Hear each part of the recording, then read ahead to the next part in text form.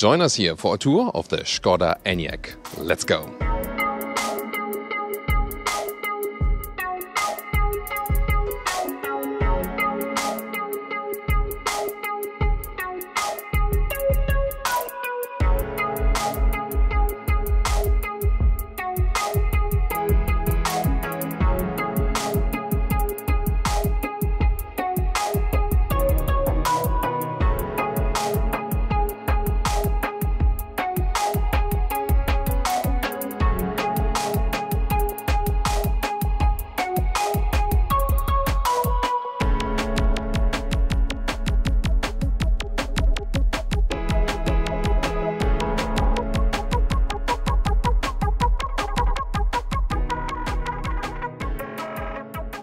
In the front of this new electric SUV, you can see, first of all, a big front grille, and in the top versions, you will also feature here this illuminated front grille here with 130 LED, so very interesting.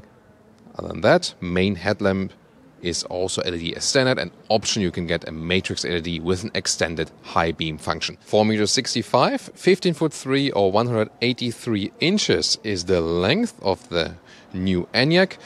And the wheels will come from 18 to 21 inch, so also varying in size, of course.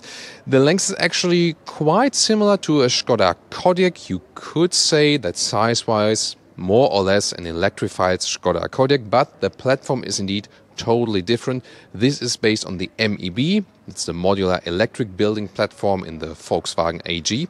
And different vehicles will use that. We'll also soon show you a cutaway model. It is a rear-wheel driven platform basically, but the top models will also get a front motor.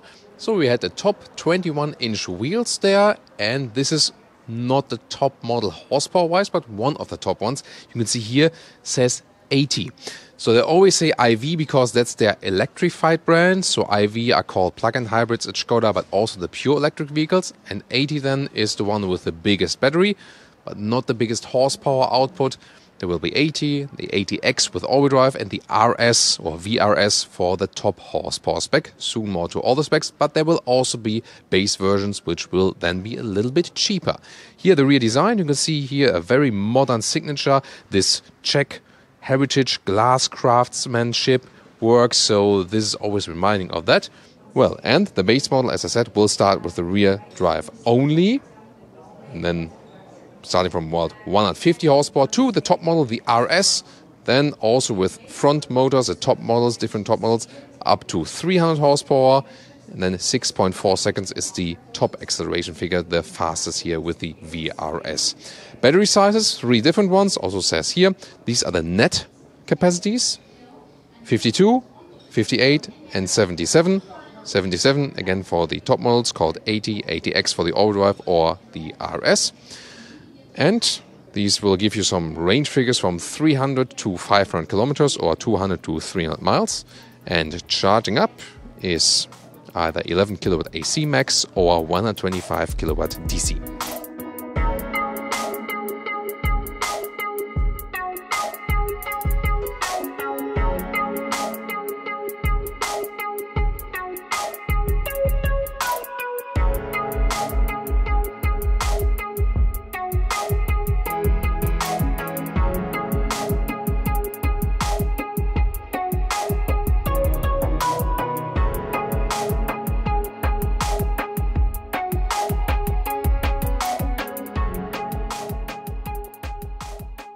Let's now get inside. See it right here. And of course it's an easy entry. You sit more upright. You've seen it on the exterior. It has this van style a little bit, but it also counts as SUV. Well, however you want to define it, you have this upright seating position. It's very comfortable actually, the first impression. With 1.86 or 6'1", there's still plenty of headroom left, although this one is the panoramic roof, which you can open then here with a slider. Yeah, these sliders, if they're really an advantage or not, I'll leave that up to you. See here, it's actually quite substantial opening then for that panoramic roof. Here we go, steering wheel, a manual control in and out, up and down, so you can find an easy position right there.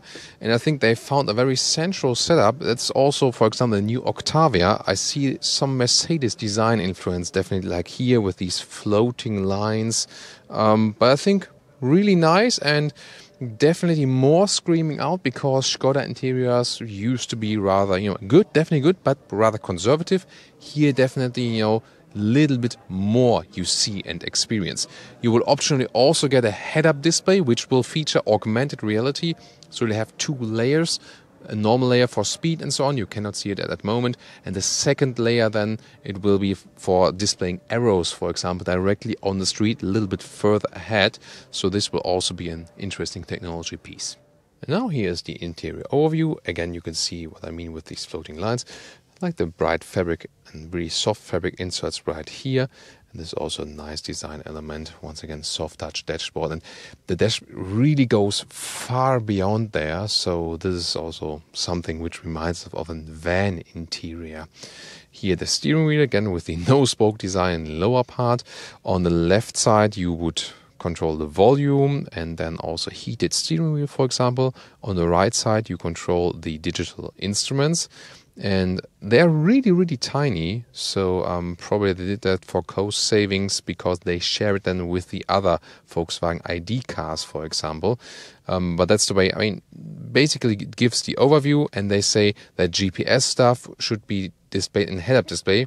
However, I think digital instruments should also be used for that you can see the GPS map. That's gone now again.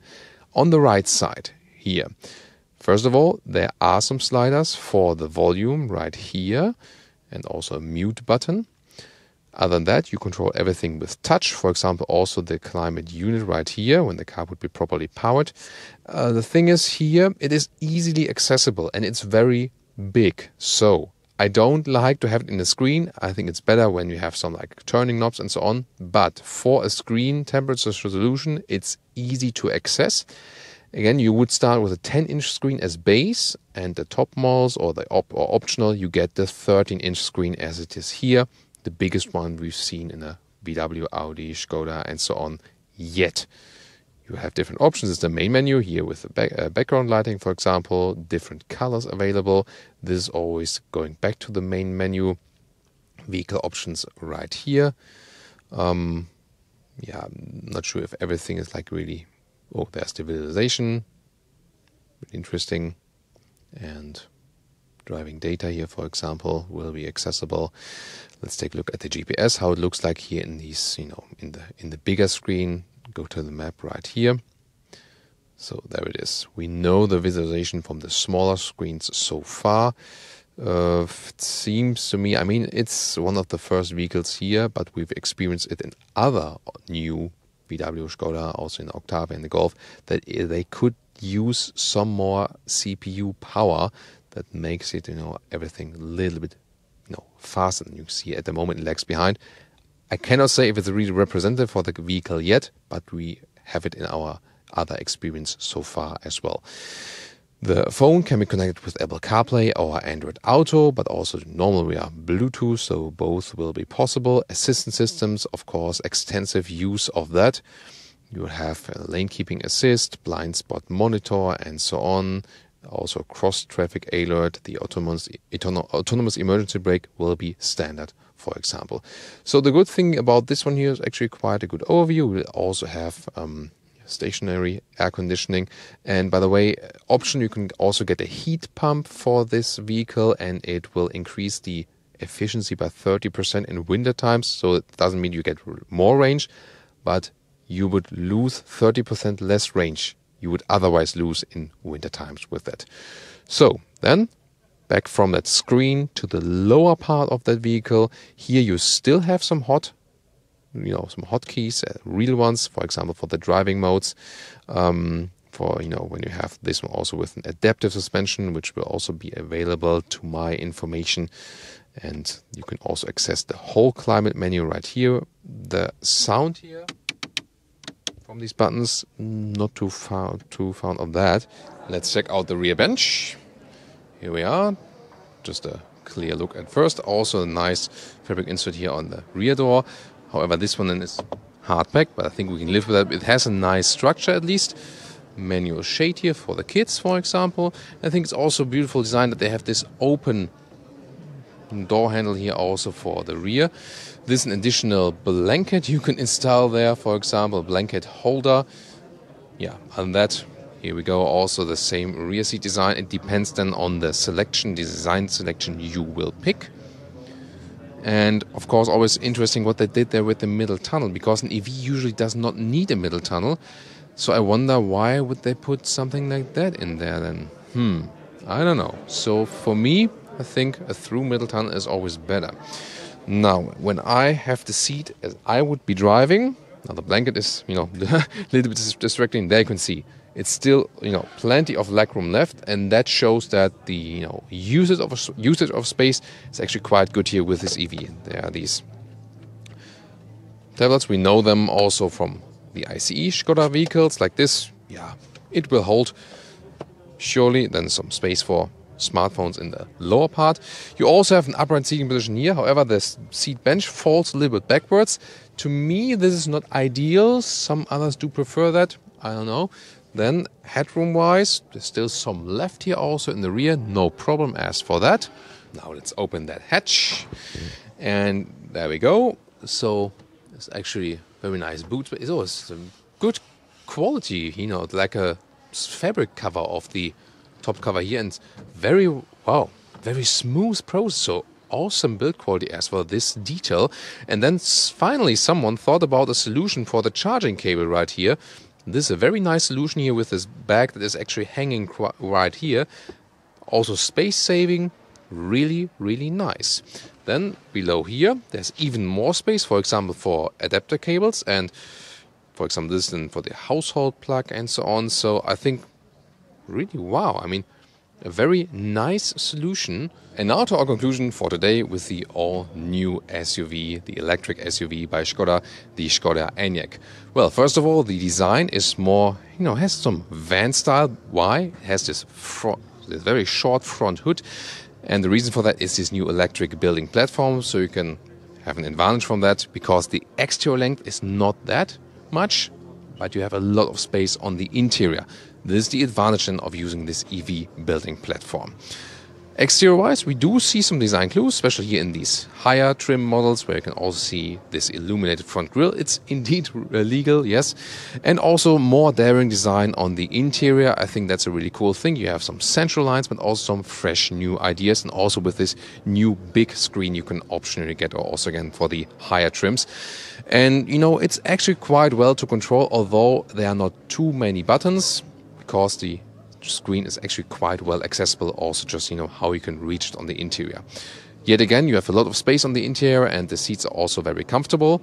Seating material wise, they are not very consistent. They want to give you a sustainable vehicle, yet they use a lot of animal skin material. They should better learn from Tesla. In this case, they already threw out all the animal material, because that's not sustainable. And also, of course, this is not a cruelty-free car yet. Driving-wise, we can expect actually very much, because rear-wheel-driven concept, so we go for the base version, have actually a quite rear-wheel-driven sporty punch. All-wheel drive models then with more power definitely, and substantial acceleration. And we already know that this hardware from the MAB, driving the ID.3 by Volkswagen, is a very good hardware, quite efficient for the electric drive, and very sporty in the handling. So what we can expect here, that you see rather a SUV or van shape, but it will drive very sporty. I already know that, even if I haven't driven it yet, just by knowing the hardware. Range figures also sound very promising, so of course soon we will deliver you more to that. So tune into the driving review, or of course to the competitors of this vehicle. See you there.